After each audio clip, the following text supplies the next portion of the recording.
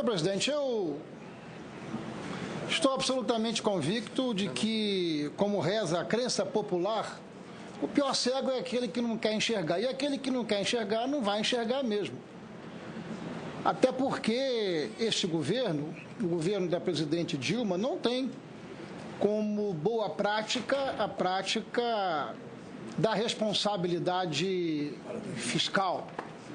Isso está evidenciado ao longo do período em que o governo fez acordo com o diabo para que pudesse ganhar as eleições. E depois que você faz acordo com o diabo volta para cobrar a conta. E é isso que está acontecendo em função das ferramentas, das iniciativas que foram adotadas ao longo desse tempo para que nós pudéssemos viver a mais complexa e estrutural crise fiscal do nosso país, após imaginarmos que valores como a utilização da estrutura pública em razão de interesses partidários, interesses políticos e interesses particulares fosse uma página virada em nosso país. Não. Nós estamos diante do primitivo, nós estamos diante do retrocesso. É evidente que o governo se valeu dos seus bancos públicos, da Caixa Econômica, do Banco do Brasil, do BNDES, para se financiar, porque gastou demais. Age o tempo todo como cigarra, fazendo bravata, e não faz o que a formiga faz, que é trabalhar e quer poupar.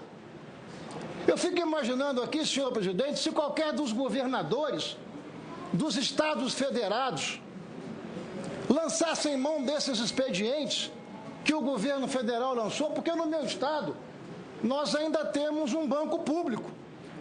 Eu fico a imaginar se o governador do estado do Espírito Santo lançasse mão do banco público para financiar contas que são de responsabilidade do Poder Executivo, que me faz lembrar a velha conta movimento do tempo da ditadura militar, em que os governos sacavam, independente de saber se tem saldo ou não.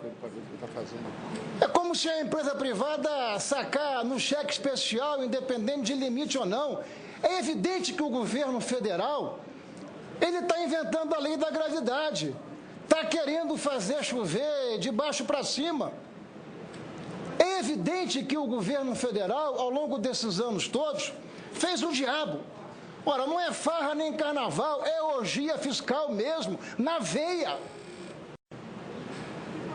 E o coroamento disso, qual é? O orçamento que acaba de chegar ao Congresso brasileiro, sinalizando ao mundo e à sociedade brasileira que o governo não dispõe de recursos para honrar os seus compromissos.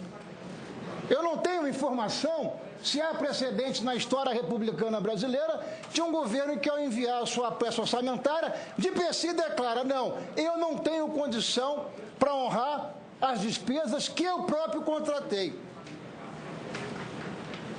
Sinalizando a partir daí que poderá, inclusive, nos levar à perda do grau de investimento, que trará consequências muito perversas à economia brasileira.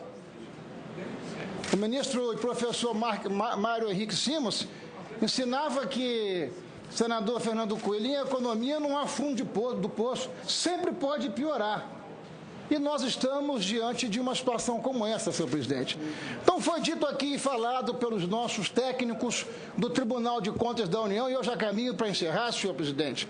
A impressão que fica é que nós estamos aqui para consertar a fechadura da porta depois que a casa foi arrombada. E é isso que aconteceu, as contas públicas no Brasil foram arrombadas. E foi dito aqui por vossas excelências, por vossas senhorias, de que a responsabilidade é da presidente da República. Se a responsabilidade é dela, qual é a pena? Quais são os mecanismos que o setor público e o Estado brasileiro deve lançar, deve tomar pé, para que esse tipo de coisa não se reproduza mais em governo algum? Porque em qualquer país sério e civilizado do mundo, isso é crime de lesa pátria. Ou seja, desorganizar as contas públicas Porque ao desorganizar as contas públicas, quem paga a conta é o contribuinte brasileiro, é o trabalhador brasileiro, que está vendo o nosso país ser mergulhado numa crise sem precedentes, com taxa de juros estratosféricas, com recessão, com desemprego, causando extraordinário prejuízo à sociedade brasileira. Então eu fico a perguntar, quais são os mecanismos que nós devemos nos valer para evitar esse tipo de atitude que, na prática, contribuiu fortemente para desorganizar as contas públicas em nosso país? Que tipo de método nós podemos adotar, não apenas o Tribunal de Contas, mas o Parlamento, para que esse tipo de coisa possa ser impedido? Nós estamos até mesmo aqui no âmbito do Senado Federal, avaliando a constituição de uma instituição fiscal independente, que não substitui o papel do Tribunal de Contas da União, mas tem o sentido e o objeto de nós termos aqui elementos que possam nos dar uma condição de colocar um farol em torno dessa estrada para que esse tipo de coisa não volte a se repetir na rotina fiscal brasileira. Muito obrigado, senhor presidente.